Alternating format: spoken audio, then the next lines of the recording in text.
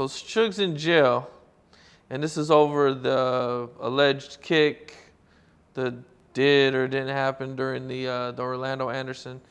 And you guys are trying to get Orlando to say that he didn't kick him. You met up with Orlando. How'd all that happen? Well, the attorneys mainly set it up. Because David Kenner in defense was like, hey, Edie Fall and them had reached out to him and said, hey, they about to file this lawsuit against, Death Row. So Orlando Tupac. was about to sue Death Row over getting jumped. Getting jumped. He's an assault victim. Why to this day he didn't sue MGM, I don't know. That's who I would have went after. But he was supposed to sue the MGM. I don't know if he did or didn't, but he was definitely about to sue Death Row and Tupac. And so David Kenner was like, hey, let's go meet with him and let's try to get this worked out. So that's when we went and talked to him and was like, okay, we need this to go away because Suge's in jail now. And every newspaper article, every time you're on TV, they talking about this. We need Suge out. What can we do to get him out? Because as you can see, Suge was really trying to save you. He was trying to get people off you. Because that's what Suge's initial intent was, trying to get people off Orlando. Like, hey, not here. Can't be doing this here, because Suge worked those clubs and knew Vegas. He knew his cameras all over that motherfucker. We can't do here. But Orlando was holding on to his leg and kept pulling on his leg.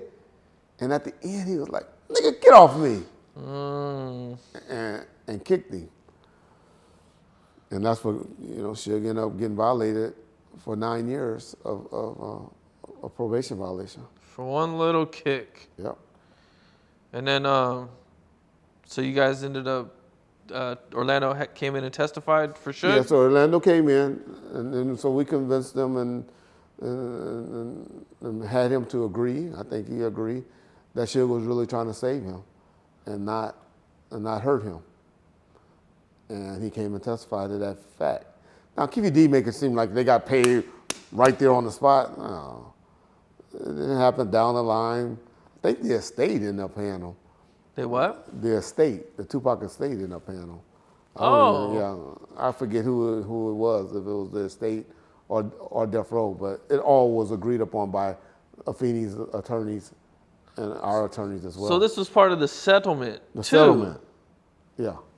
See, that's what everybody thinks. It was like, here's $60,000 to come and testify. No, nigga, we didn't give you $6,000 to come and testify. Gave you $6,000 to drop everything. Because if you would have sued Tupac for that assault, come on. How much would y'all ask for if Tupac assaulted y'all back then? I know people, yeah. Yeah.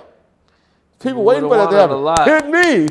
People would have been lined up. Like, stomp me out. Yeah, stomp me out. I'll take that ass whooping for.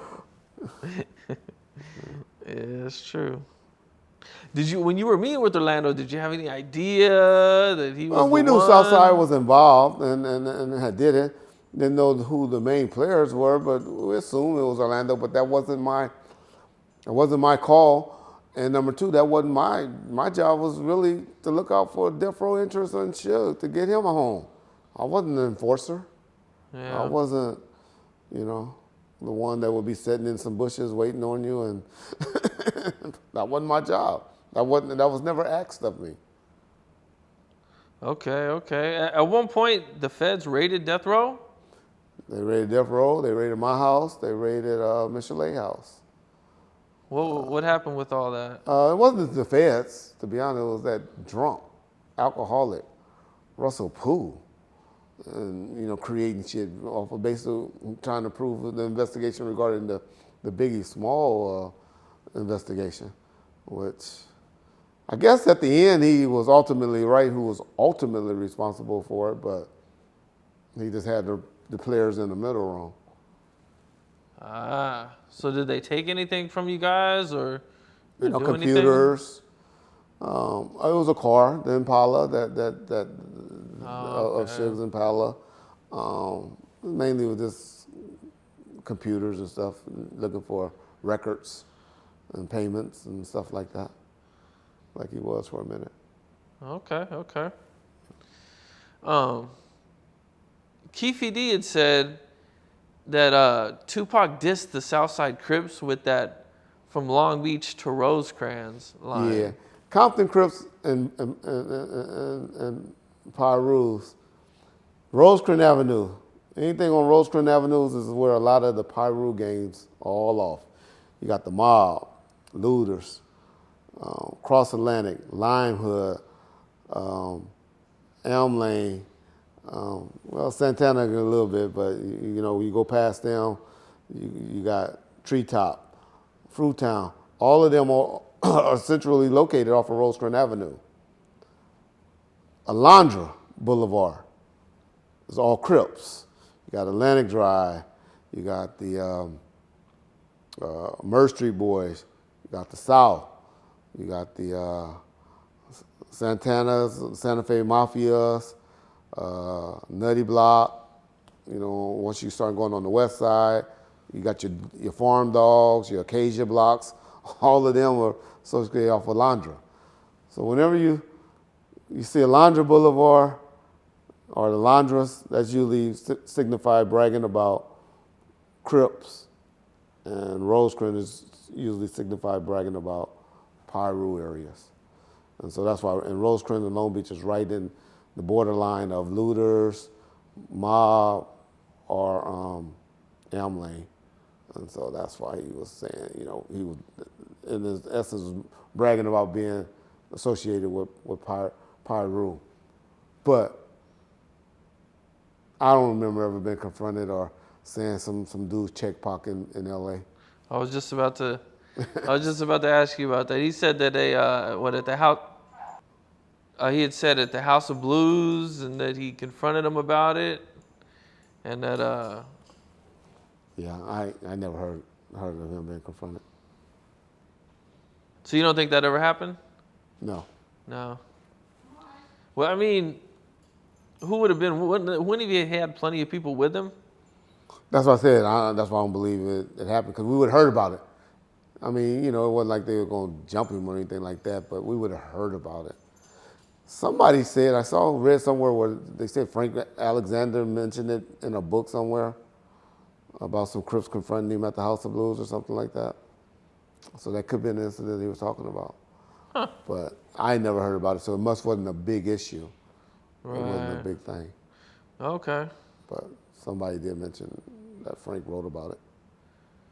What do you think about the Glasses Malone song? Glasses Tupac Malone. Must Die. I think it was a great concept and all of that. I just wish he would have titled it differently. I wish he wouldn't have called it Tupac Must Die. If it was going to be about Orlando, come up with something creative about Orlando, and center it. Call it Southside Crip Orlando or something like that. He didn't have to do that shock value and call it Tupac Must Die. And so I wish he wouldn't have did that. But shout out to Glass Malone. Cool brother once you get to meet him and talk to him. Yeah. But he's like my boy Wack 100. I think he's just trying to... Yeah, I did a song with Glasses. Oh, did you? Yeah, it was probably like 10 years ago, though. Okay. Cool dude. Yeah, he's cool, real cool. Yeah. What'd you think about his interview on The Breakfast Club? Yeah, that's where he got it wrong.